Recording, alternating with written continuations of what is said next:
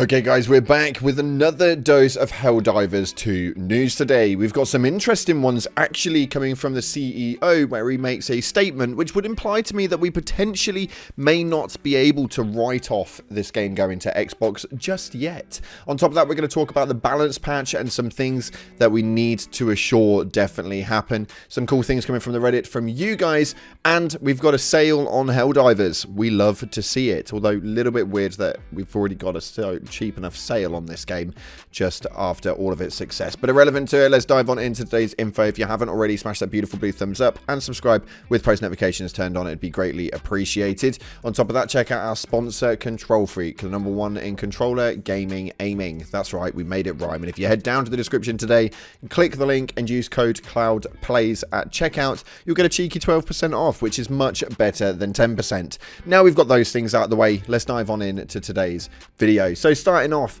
we have got the CEO of Arrowhead over on Twitter. He put up something around 2-3 days ago with regards to the planet's liberation and stuff like that, and somebody had responded to him asking if there was a chance to port to Xbox. Was it possible? But somebody called Kevin Dunn M stated, "Quiet, lol, it was made by a Sony-owned studio." And I think actually a lot of people may have genuinely believed that for quite some time, but the CEO, under no illusion of everything, coming in and squashing it completely, saying we are not owned, we are independently owned. I mean, we are owned, but only by the founders, including me, of the studio, which is actually huge. Now, I don't know what contracts they've got in place with PlayStation, but obviously it's not a Sony-owned studio. But what this does mean is it does not write off this game going over to Microsoft's Xbox. This is a big one, and something that I would be highly anticipating over the next year. How long it's going to take, we don't know, or even if it will ever happen. But this is something that obviously they can be able to pursue based on whatever the contract is that they have with PlayStation. Knowing that it's not PlayStation owned, though, is definitely interesting. I believe that a lot of people genuinely thought that they were owned by PlayStation and had risen up from the ground underneath their doing, but they obviously have a lot of connections with PlayStation after them being able to dip into Sony's staffing measures to help out with the servers. Let me know if you guys want to see it in Xbox, or if you're just quite happy being a PlayStation owner and it just being where it's at and not having Xbox actually have this. I really don't care. Bring on more Helldivers. We're all about the humble enthusiasm and kindness in this community, are we not? Bring them all in. Bring them all in. Next up, though, we've got to talk about the balance patch, which is due to come up, and we have a Reddit post which I think actually states it perfectly, with over 2.2 thousand upvotes, saying turn it up to 11. Nerf nothing, amplify everything. Change my mind. I think that not only is this meme absolutely hilarious and very well done, I may add, but I think they have an underlying point which is absolutely solid. Now, do I think that everything should be ridiculously OP? Absolutely not. But are we sat at a social point right now where gaming has become a bit of a weird one, and when these new games actually launch, we find that the biggest problem here is that they just nerf everything right at the beginning, then the game slowly takes a plummet down to the ground, because essentially they find out what's OP, what's big, what's boozy, and what's actually running the show right now, and instead of bringing other things up to its level, they just nerf it down into the ground so that nobody else wants to use that stuff anymore, and we actually have quote-unquote a different meta or a different utilization of the game.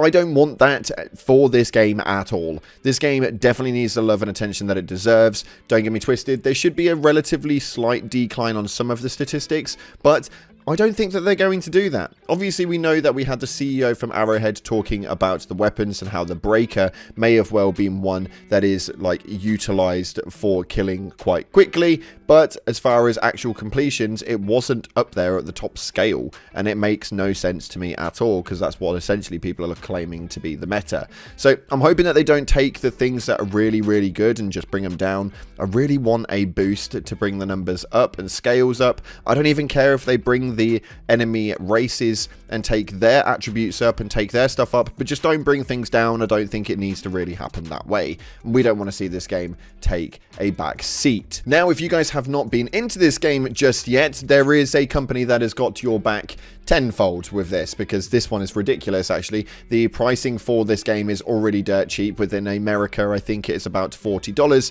and if you're playing it in England, it runs at about £35-36. Then that's actually incredible. But right now, Green Man Gaming has got savings coming out of their rear end right now, with the overall process for PC running the game down to $29.04, and I think Helldivers 2 is down to $30 on PlayStation 5 right now. So there are discounts running through already. I don't really know why there's discounts running through already. This game is like an absolute steal at full price for the game. It's done really, really well, and realistically, how many games can you buy nowadays for £35 which just erupt with these amounts of numbers? I don't see it happen too often. I don't think the sales need to come in, but if you haven't bought it already, now is definitely the time to do it. And before we get into the Reddit posts for you guys, I am going to give you guys a mid-video giveaway. That's correct, we are giving away a copy of Helldivers 2, or if you've already got the game, we're going to give you the equivalent money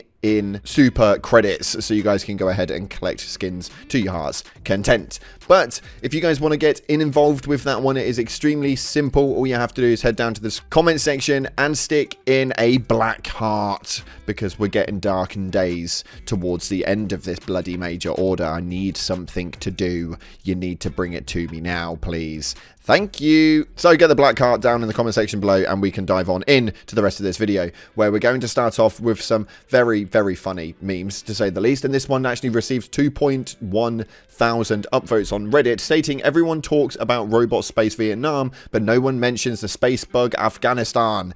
Get over there and defend it before it's lost. And it's the Errata Prime. I think that that's actually hilarious. Very, very well done. I quite like that name, and it does stick too well if you ask me. So I am going to be diving into Errata Prime, aka the Space Bug Afghanistan, and we're going to be doing as much as we can to help out the community that we've got and get those numbers back up there for democracy.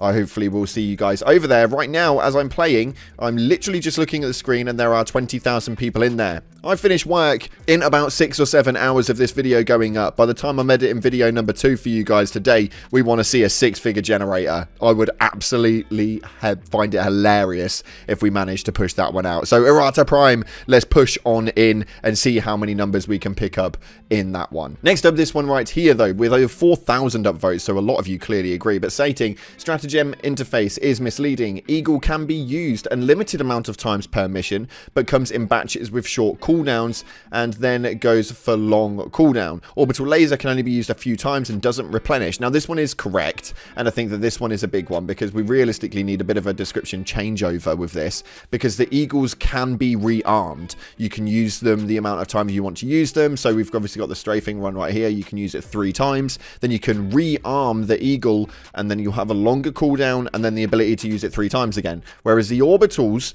it works on a little bit of a different one. The orbital laser has obviously got its 3 uses, and then you've got nada. That just seems to be the way that it works. So yeah, if you guys are watching over at Arrowhead, please do make sure you alter the descriptions of these sorts of things. It'd be really. And we're going to end the video on a funny one, but not one you're actually going to be able to see here on the video. There is a Reddit post right now which absolutely made me wet myself. I thought it was really, really funny, and we've got it on screen right here. But it says in-game proof that the citizens of Super Earth are being lied to. The automatons and bugs are not our enemy. The link is the final link in the sources in the description. Nearly 8,000 of you people agree with this, so head on over and see what it is that's being said.